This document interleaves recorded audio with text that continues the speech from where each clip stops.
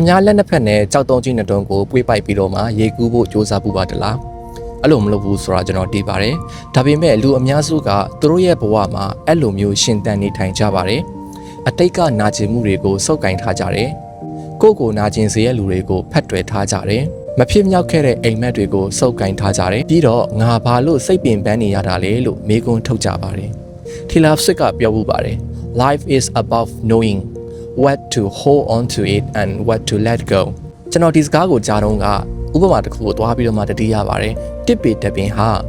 စောင်းရာဒီကုံတဲ့အခါမှာသူ့ရဲ့ရွက်ဟောင်းတဲ့အားလုံးကိုလွတ်ချလိုက်ပါတယ်ဒါဘာကြောင့်လဲဆိုတော့နွေရာဒီကုံလို့မိုးရာဒီရောက်တဲ့အခါမှာလှပတဲ့ရွက်တစ်တွေဖူးဝေဖို့အတွက်နေရာလွတ်လို့ဖြစ်ပါတယ်တခါတလေကျွန်တော်တို့လည်းအဲ့ဒီတစ်ပေလိုမျိုးဖြစ်ရပါမယ်အရာအားလုံးကိုစုပ်ကင်ထားလို့မရပါဘူးတချို့လူတွေကိုလွတ်ချရမယ်တချို့အမတ်တရားတွေကိုခြံထားရမယ်တချို့နာကျင်မှုတွေကိုမေ့ပြောက်ပြရပါမယ်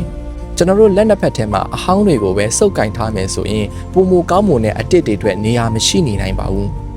ဘဝကအရာအလုံးကိုတည်တွားဖို့အတွက်ခရီးမဟုတ်ပါဘူးအရေးကြီးတဲ့ကောင်းမွန်ဆုံးအမတ်တရားတွေကိုပဲတည်တွားရမယ်ခရီးဖြစ်ပါတယ်ကျွန်တော်ဒီနေ့ခင်ဗျားတို့ကိုမေးချင်တာတစ်ခုရှိပါတယ်ခင်ဗျားတို့ရဲ့ဘဝကိုဟိုးအောက်ဆုံးထိဆွဲချနေတဲ့ဂဲလုံးတွေကဘယ်အရာတွေဖြစ်မလဲဒေါသတွေလားနောင်တတွေလားကြောက်ရွံ့မှုတွေလားဒါမှမဟုတ်ခမားကိုမချစ်တော့တဲ့လူတယောက်လားအဲ့ဒီကြောက်တုံးတွေကိုလွတ်ချလိုက်တဲ့နေ့ကစပြီးခမားရဲ့ဘဝဟာပိုပြီးပေါ့ပါငြိမ်းချမ်းလာမယ်ဆိုတာကျွန်တော်အာမခံပါတယ်ဒါကြောင့်မလို့ကျွန်တော်တို့ဘဝမှာအရာအားလုံးကိုတည်တွားဖို့မဖြစ်နိုင်ပါဘူးဘယ်အရာကလွတ်ချက်ရမယ်ဘယ်အရာကဖတ်တွယ်ထားရမယ်ဆိုတာကိုကွဲကွဲပြားပြားကြည့်ဖို့လိုအပ်ပါတယ်အဲ့တော့ဒီနေ့ကနေစပြီးတော့မှခမားကိုပြန်ပြီးတော့မေးကြည့်ပါဘယ်အရာတွေကိုငါဘဝအဆုံးထိတည်တွားခြင်းနဲ့ဘယ်အရာတွေကလွတ်ချဖို့တင့်ပြီလဲဆိုတာကိုစင်ကျင်တုံးသက်ပါလို့ကျွန်တော်အကြံဉာဏ်ပေးချင်ပါတယ်ခင်ဗျာ Life Experiences by Shin